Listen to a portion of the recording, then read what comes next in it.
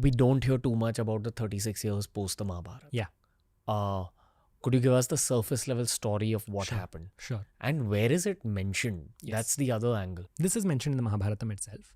What happens is towards the end of the 18 days, or rather not towards the end, at the end of it all, Kaurava Vamsham, the entire dynasty, all of the 100 brothers, all of them barring one, they're all killed and their wives have been widowed. It's a gruesome scene on the battlefield, and there are vultures preying on those bodies, and there are rivers of blood. It's very gory.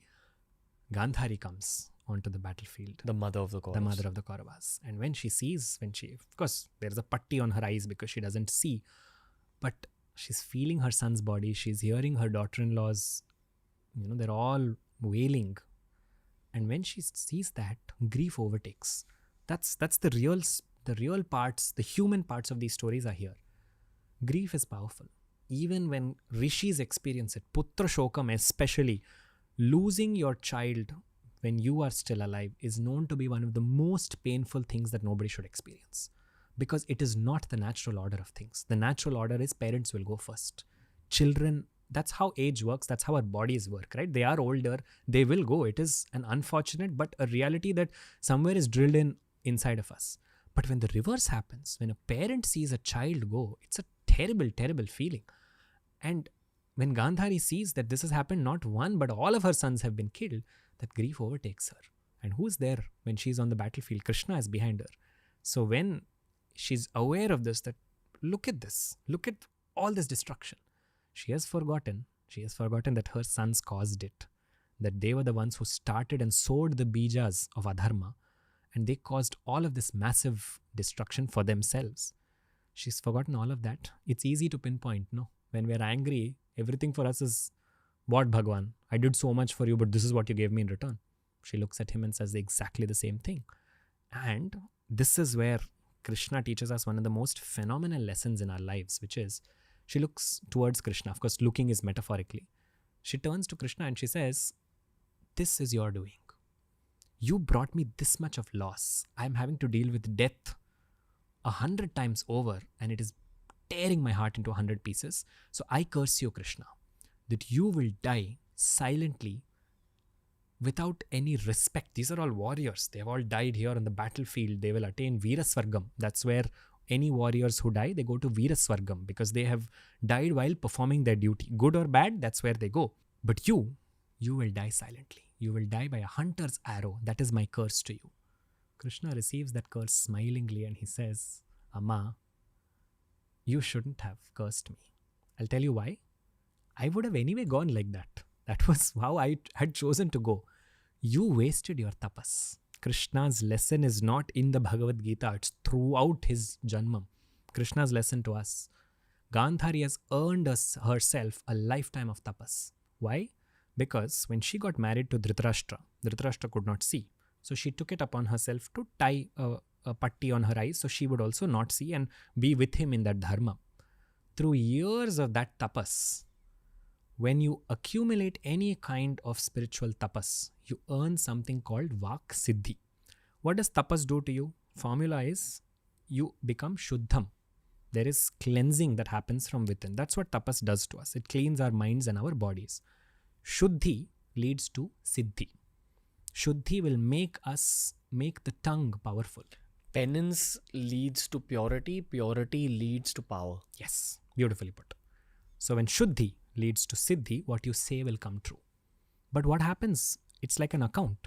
You just withdrew a whole lifetime's worth of savings on that curse.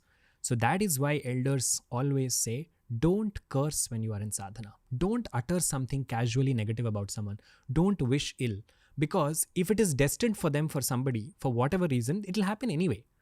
But you don't need to waste your tapas on them. Because what you have accumulated for yourself will go for someone else, for something that it need not.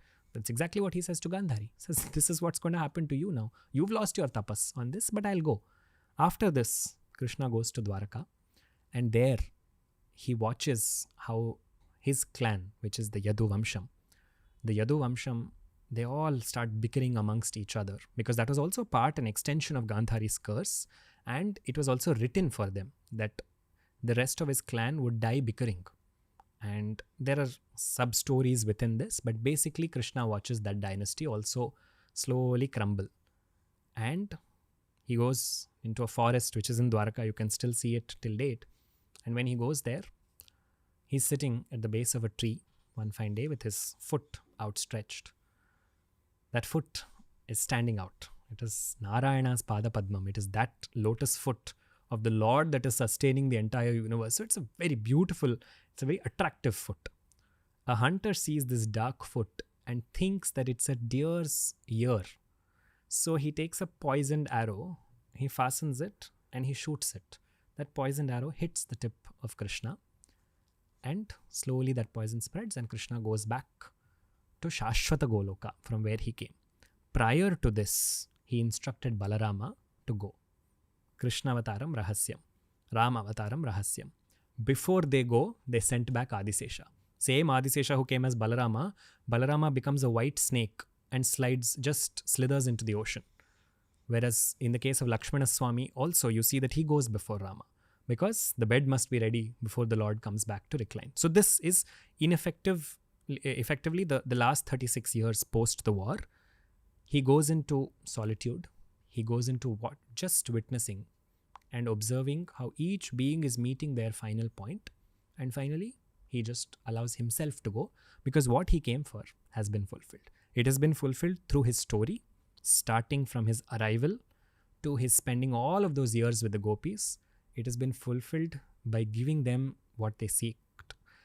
It is fulfilled by all the Rakshasas who he killed, who also went back inside him. Jaya and Vijaya he released. He crossed over, set up the war of the era, cleaned that chapter, cleaned that entire horizon, and gave us the most phenomenal verse and said 18 chapters, 700 shlokas. This is all you need for life. Take it. That said, what more is there now? This is what I've come for. Take it and go. Hare Krishna. Yeah, Hare Krishna.